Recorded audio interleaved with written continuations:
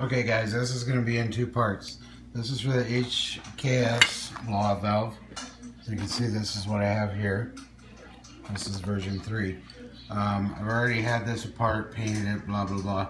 What I'm basically going to show you now is how to remove this from the flange and put it on the new flange, because this flange is the one I actually need for my Subaru. If you look at it, you can see it's kind of an angular design, because this flat flange will not work on your Subaru.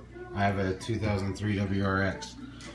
Of course, I've taken the cover off and I painted it to match my hood, my interior, blah blah blah. First thing you need is these snap ring pliers. And I tell you what, I got these from the hardware store, and I tell you, they're worth every penny. There's like 15 bucks for these. They're super heavy duty. They're big enough. They won't hurt your hand when you do it. And no, they're not curved. They're straight. Okay, so I chose to go with the straight ones because I get a little bit more torque. Don't have to worry about snapping them. What you want to do, since mine are straight, is I gotta look on these, and you'll see that there is 8 of these screws that hold the case together.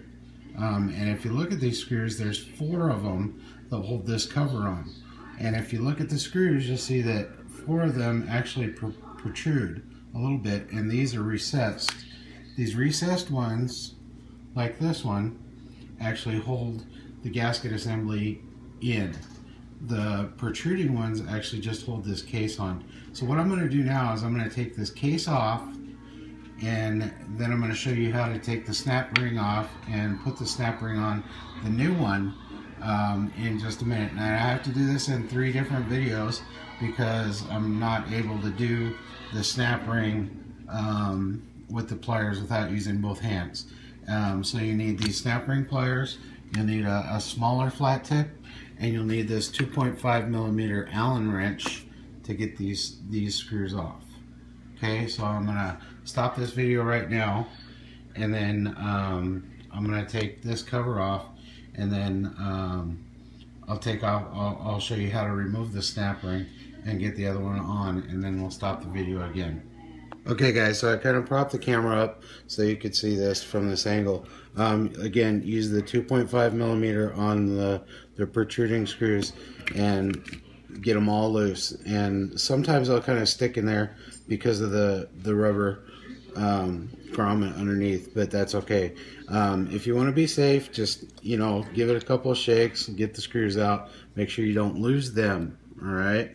Because they're very important. All right, once you get all the screws out, as you can see, that one's kind of stuck, but that's okay.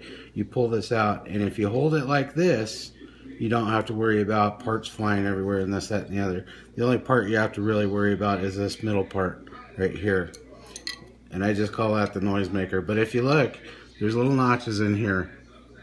All right, there's 2 little notches, so this only goes in one way. If you look on here, there's notches here, so that goes back in like this. But for my car, I'm not going to use this piece anyway. I'm going to use this, which enables me to put a hose on it for full recert. So that's kind of irrelevant right now. I'll just set this aside. All right, so now you have this off, and you see these 4 other screws I was telling you about that hold this rubber grommet on here, this rubber gasket on here. This is your actual actuator for your blow-off valve. Don't mess around with that too much. You don't want to break it. All right, if you look down here, I've already got this snap ring in. The reason I pulled this off is so I can access the snap ring with these straight-handled snap ring pliers. And what you have to do is you have to get these holes, these nubs in the holes, like that. And I like to turn it to where this screw on this thing is away from this face, so I don't damage anything. And I get those in the holes. It's easier just to lay it down flat.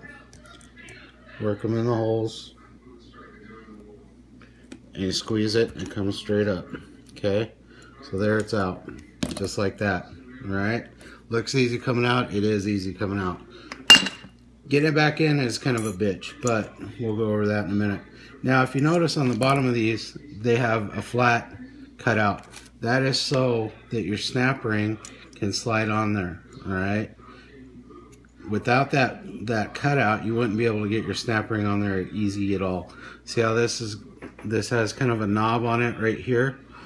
You're gonna work this around and that knob just slips right over that, so it's on there like that. And be careful, it'll just pop out again, right?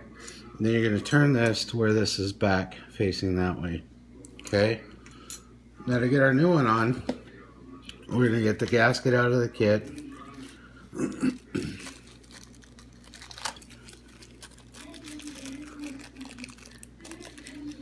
I'm just going to use the old snap ring because the old snap ring is fine, and the new one just rides right in this groove.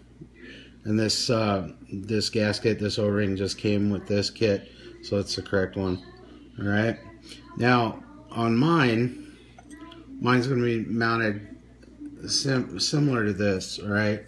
If you look at it, this is going to mount on the. It's going to mount something like this. On the intercooler, all right? So the fat part's going to be on the bottom, so this will clear your intake manifold. Your intake manifold will be right here, and it'll go just like this, okay? I hope I'm not getting out of frame, but that's how that's going to go. So I'm going to set this down, and I'm going to work this on there, and this is where it becomes a real pain in the butt, all right? So bear with me, it might take me a minute or two to get this thing on here. It's a real pain in the butt, again. Alright, got my needles in the holes, and I'm using my backhand to push down while I'm pushing down on the front, okay? Now, it's barely in there. It's not actually in the groove yet. You can see kind of here where it's actually sticking up. It's not all the way in the groove. That's why we have this hefty flat blade, okay? Now what I'm going to do is I'm going to walk all the way around this clamp, and I'm going to push down. And what you're doing by pushing down is you're making sure that that snap ring actually seats in the groove. One more right here. Okay, and then I heard a little snap. So it's in there, and it's pretty stout. It's really hard to turn. That means you're in, okay? So, this is pretty much together for all intents and purposes. Now all I'm going to do is, you know, just the reverse. I'll have, well, what you're going to do with the blow-off, obviously, to use it as a blow-off, you're going to use this, put it in there, remember the notches line up, alright? And then if you hold it like this, it's easier just to put on without that falling out, right? And it just slides on, just like so. And then you tighten down your screws, your 4 screws, and you're all done. It's pretty easy. Again, if you guys need help, just let me know. I'll be more than happy to help you. I'm off most Saturdays. I welcome people come over here and I'll help them out with this. This is a pretty easy project. The hardest, like I say, the hardest part is getting that stupid snap ring on. So just be patient, take your time, don't gnarl things up, don't break your valve, and don't booger this up either while you're doing it, all right? Good luck, guys. Thanks.